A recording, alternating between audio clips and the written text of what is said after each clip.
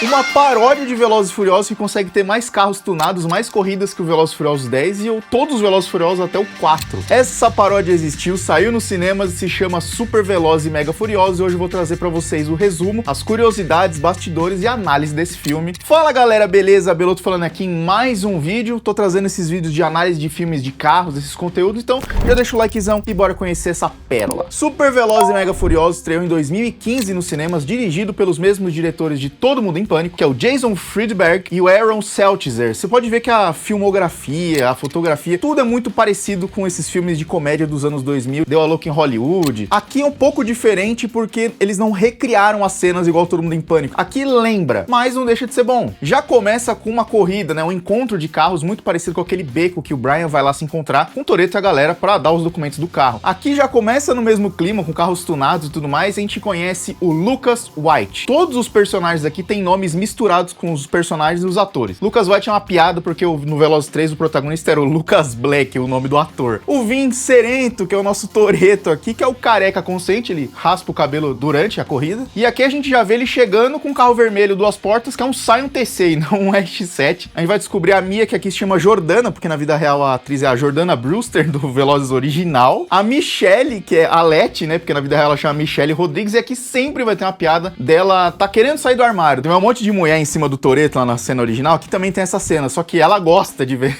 E o que melhora esse filme é que a maioria dos personagens são dublados pelos personagens oficiais do filme original. Olha o Toretto, é o mesmo dublador do Toretto original, que é o George Lucas.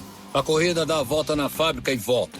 Não tem segundo lugar. Então você se sente dentro do filme mesmo, até porque os protagonistas ali, eles são bem caracterizados. O Vin Diesel tá sempre com a regata, com o crucifixo. O Vince também tá no filme, sempre babando o ovo do Toretto. O Brian é o melhor, o Lucas White, que fala, eu quero ver o Toretto. Pega a senha, todo mundo veio falar com ele também. Parece um totem de senha, igual você vai na lotérica. Aqui a gente vê muitos carros tunados, a cena é bonita, mas é meio gato pingado. 3 pessoas assistindo a corrida, 10 ali no canto. Esse filme teve um orçamento de 20 milhões de dólares. Não dá pra ver esse orçamento aqui. E aí o Brian coloca os documentos do carro dele, igual acontece ali na cena do original. E o Toretto, você é muito corajoso, o que você dirige? Ele, um carro. E eles falam, não, vamos ter que ver o carro, né? E como a gente não tem o Leon nem o Jesse, quem assume esse papel de controlar tudo é o Vince, né? Então ele abre o capô do Corolla do Brian. Ele dirige um Volvorola com os adesivos de unicórnios, e aí ele solta, Vim, a rebimboca da parafuseta sinistra. Fora que ele fala dos tubos e serpentinas. Ele tem uma daquelas paradas grandes e brilhantes com vários tubos e serpentina saindo de um treco vermelho. Vem, a rebimboca da parafuseta é sinistra. Cara, o alinhamento ali é muito parecido com a primeira corrida. Eles vão juntando cenas. Não tem ele chegando até o rachão. E a Michelle que controla o rádio, né? Fazendo o papel do Leon. E essa é a piada. O racha começa, né? E a Mia, que vai dar a largada, ela é atropelada por um carro. Você não tá esperando essa cena. A gente tem a piada do Lucas White ser muito burro. Dele não saber dirigir, tipo o Brian, né? Só que aqui ele fica encavalando a marcha. E é meia hora dessa piada. E aí vocês vão ver nesse filme, muitas piadas aqui, elas poderiam diminuir. O filme tem 1h40. Claramente esse filme poderia ter 1h10. Só que é muito comum desses dois diretores alongar piada em todos os filmes deles. O nosso Jahu, que aqui é um cara que tem um carro que é igualzinho do Brian do Veloz 2, né? Pelo menos as listras, o adesivo. No filme original, a piada é que se ele vencesse o racha, ele ia ficar com a Mônica. E um bônus que ele ia ficar com uma outra mina também. Aqui, se ele perder, ele não fica com a mulher, fica com a baranga. Cara, a corrida é legal, tem uns cortes assim. Pra quem tá carente de corrida de rua e filmes assim, é um filme muito legal. Pra quem assistiu na época, foi péssimo. Eu vou comentar por quê. Só que na hora que vai começa o negócio ficar bom, o Brian esquece de abastecer. Galera, aí começa a piada alongada. Tudo bem, já entendeu, mas eles ficam escancarando essa burrice, aí é o tempo de chegar um caminhão pra abastecer o carro dele, e aí começa de fato ele a participar da corrida usando Nitro, que é o logo é igualzinho da NX, né, na Nitros Express, só que aqui é Lau. Urina do Lance Armstrong, que pra quem não é americano, não pegou essa piada, Lance Armstrong foi um ciclista, acredito que ele ainda é, né, mas foi um competidor profissional de ciclismo que usou doping pra vencer e foi pego no exame de urina. Então, essa é a piada. O Brian coloca nitrox no carro dele pra ficar cada vez mais forte, estoura o motor e deve um carro de 10 segundos pro Toledão. E aí começa a chegar a polícia, né? Cara, a cena é bem parecida com Velozes 1. E de novo, o Brian é muito burro.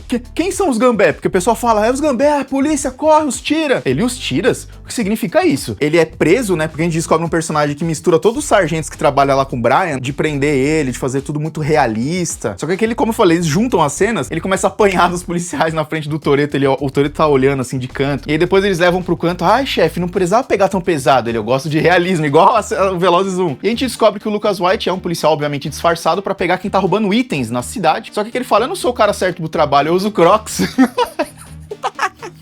Isso é muito eu, porque eu uso também. Como é tudo filmado em Los Angeles, também, as oficinas é tudo parecido. E ele chega lá na oficina do Toretto pra entregar o carro de 10 segundos, e é um Smart Fortune, um carro pequenininho, todo quebrado. E ele fala, com a carroceria leve e o carro turbinado, aí o Toretto complementa, né, que os dois são tem uma química que o Vince não consegue ter, o Vince ficou com ciúmes. Junta com a cena do Johnny, que o Brian vai entrar na oficina lá com o Toretto, a galera, e descobre produtos roubados na oficina do Johnny Trans, e tem a cena do mecânico tomando jatada de óleo pra ser obrigado a falar onde estão os motores. Aqui é uma cena boa até, porque o Brian começa a vasculhar a oficina do Toretto e descobre um monte de coisa roubada. Ele fala, um monte de coisa roubada. Aí a cena, na caixa assim, um monte de coisa roubada.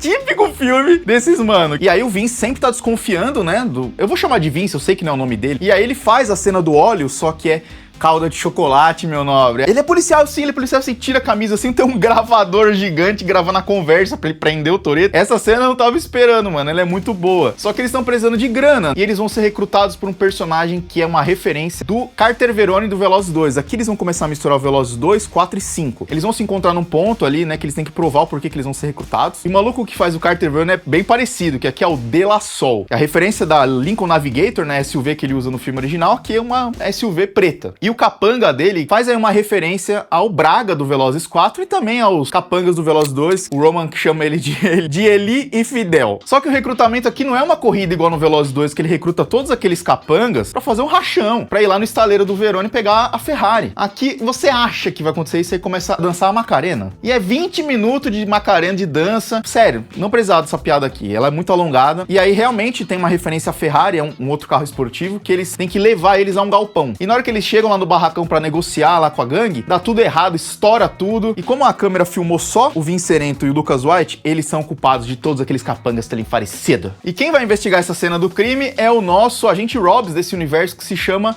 Johnson, uma referência à marca de óleo de bebê. Ele tá sempre passando pra ficar todo lambuzado. E ele é um chucrão burro, sempre maltrata os policiais e a equipe dele batendo assim nos cafés, assim, nos papel. E tem aqui a Helena, né, que eu não sei o nome dela, que é a personagem brasileira que trabalha com ele, né, no Velozes 5 e outros filmes. Eu gosto desse personagem aqui. Parece muito o Dwayne Johnson, por isso que é Johnson. O The Rock na vida real tem esse nome, não sei se vocês sabem. Só que o Toretto e o Brian agora, toda a família tá em risco, né? Porque eles podem ser presos por uma coisa que eles nem fizeram. Agora eles têm que roubar um cofre pra poder fugir pro Rio de Janeiro ou outros países, misturando agora o Velozes 5, que é o cofre do De La Soul. E fica dentro do restaurante de tacos, chamado Tacuzão. E aqui ele monta todo um plano e recruta, né, os amigos. E a cena é muito igual ao Velozes 5, que é o Han chegando. Só que aqui o Han é oriental, maneiro, oriental descolado. Aparece um letter assim. E ele tá sempre comendo algo que fica gigante, cada vez maior na cena. Olha o tamanho desse taco, velho. Ele tá comendo um taco de 20 metros de largura. Tem a namorada dele que é atriz que virou modelo. Quer dizer, não, é o contrário, modelo que virou atriz. E é a Gisele desse universo, eles são namorados. E o Vincerento olha pra essas aberturas, essas cenas, e o pessoal fala, nossa, mas precisava de toda essa abertura, toda essa produção. Ele fala, isso acontece em todos os Velozes e Furiosos. Parece até uma peça publicitária. Alfinetada de que os últimos Velozes foram feitos para agradar campanhas publicitárias, as marcas, né, não os fãs, porque não tem mais carro, não tem corrida. O plano que ele vai narrando ali, o Vincerento, eles têm que pegar um DNA do De La Soul para poder abrir o cofre, que é o cofre mais seguro do mundo, que vem numa paleteira, né? Na hora de mostrar, aparece na caixa, assim, o cofre mais seguro do mundo.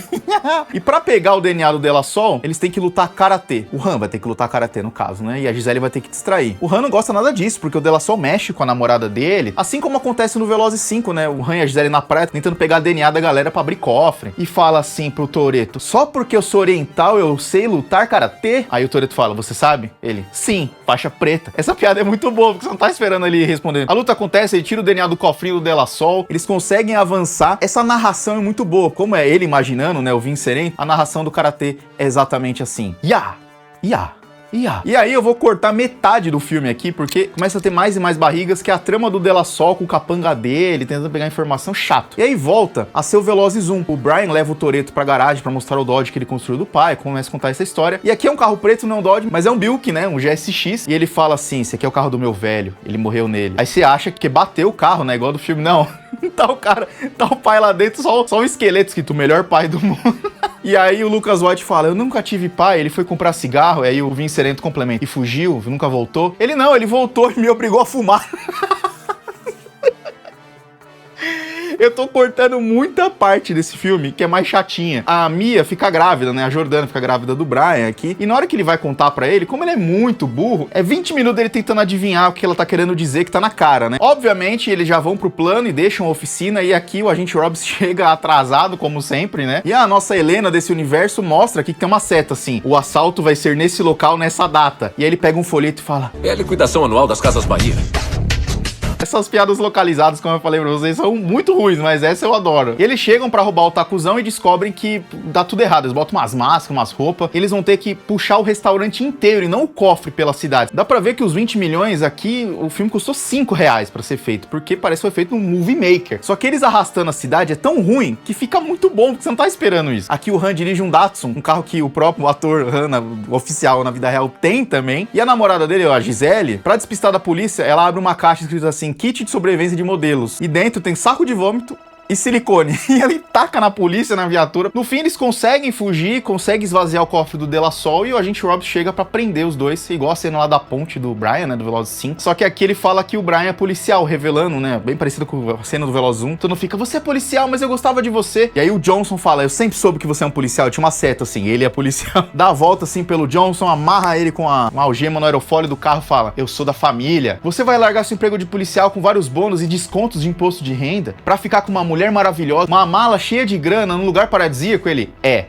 E eles deixam ele lá, só que o De La Soul ainda tá vivo, e o Toretão e o Brian vão fazer aquela corrida final, alinhados, né, na linha do trem, mas não tem trem aqui, né? Vocês perceberam que a Michelle sumiu, né? E a ajudante do Johnson também. Aparece uma viatura e pum, arregaça o De La Soul. E quem está dentro? As duas se pegando, ou seja, a Michelle está com a outra. E o Toretão é gado, foi traído, cresceu chifre na careca dele. A corridona acontece, eles são felizes para sempre, o GPS trola o nosso Vin Serento, levando ele para uma loja de perucas. Super Veloz Mega Furioso custou 20 milhões e lucrou só 2 milhões nos cinemas, tendo prejuízo de 18 milhões de dólares, porque ele foi lançado na mesma semana do Velozes e Furiosos 7, que todo mundo queria assistir esse filme, porque o pessoal queria saber como o Paul Walker ia sair da história, como é que ia ser a homenagem, e foi considerado desrespeitoso por ter sido lançado nesse momento de homenagem, e a crítica deu notas entre 3 a 4. O público também não gostou muito e deu em média ali nota 5. Eu dou uma nota 6.8, engraçado, pra você ver despretensiosamente com seus amigos numa sexta-noite, num sábado, porque não é um filme inventivo, mas acho que ele foi lançado no momento errado, porque ele é uma crítica a todos os Velozes e Furiosos, e que começou muito bem com carros, corridas, com uma boa história, e foi decaindo e ficando cada vez mais aleatório e só ação. Eu não acho que foi desrespeitoso, mas é um filme divertidinho, é um filme tranquilo. E você já viu esse filme? Vai assistir depois dessa análise que eu fiz aqui? Queria que vocês comentassem quais são as melhores piadas, o que poderia melhorar nesse filme, se é bom ou não é. Deixa o likezão e se inscreve no canal. E eu vou ficando por aqui. Beloto vazando. Falou!